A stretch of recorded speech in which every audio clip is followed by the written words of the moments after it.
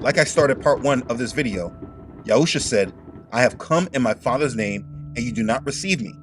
If another comes in his own name, him you will receive. John chapter 5, verse 43. You see, that's prophecy. People don't actually recognize that he's giving prophecy. Our Father's name is Yahuah. Our Messiah's name is Yahusha, which means Yahuah is salvation. Now understand this clearly. Our Father's name, Yahuah, cannot be seen in the Greek Iesous or in the Latin Iesus, neither in the German Jesus nor in the English Jesus. And so because of the two excuses of the ineffable name doctrine and Hellenization, we now know him by another name, which has no mention of our Father, a name that changes as the wind blows, a name that people say should be translated and transliterated into whatever language people want to use. And now this name Jesus is what everyone knows because this is the name the leaders of the world gave us. You have to understand when the name Iesus from Greek and Iesus, Latin, came into existence, this was when Rome was done persecuting Christians, burning them and feeding them to lions, and then they decided that Rome would now be a Christian empire. All of the people who were once pagans turning into Christians. The Roman Empire didn't say, because of how powerful the God of the Hebrews are, we're going to come under the influence of the Hebrews. No, they ran the Hebrews out of their land, burned the temple, persecuted the ones who stayed behind. They were not keeping the identity of the Hebrew Savior intact. They merged the Hebrew Savior with their pagan society, which made it easier for all the pagans to accept.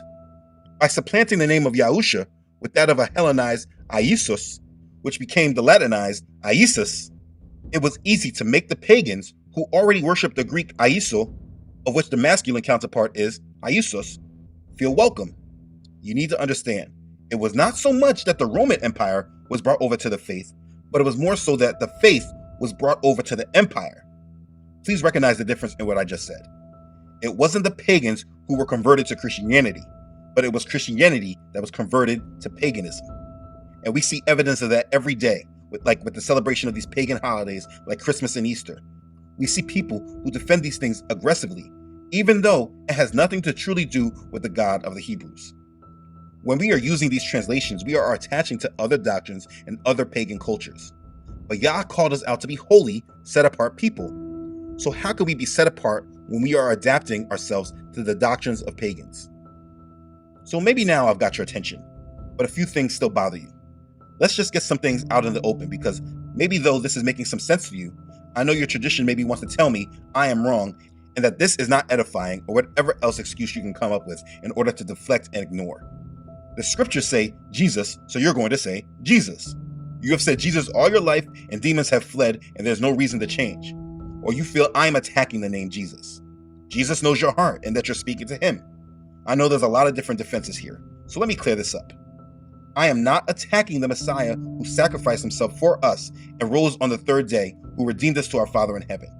If you feel that I do not love our Savior and our Father in heaven, then disregard everything you have heard here. I am not attacking the Messiah and belief in him.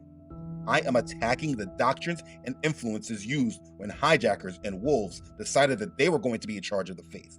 They did not take care with it.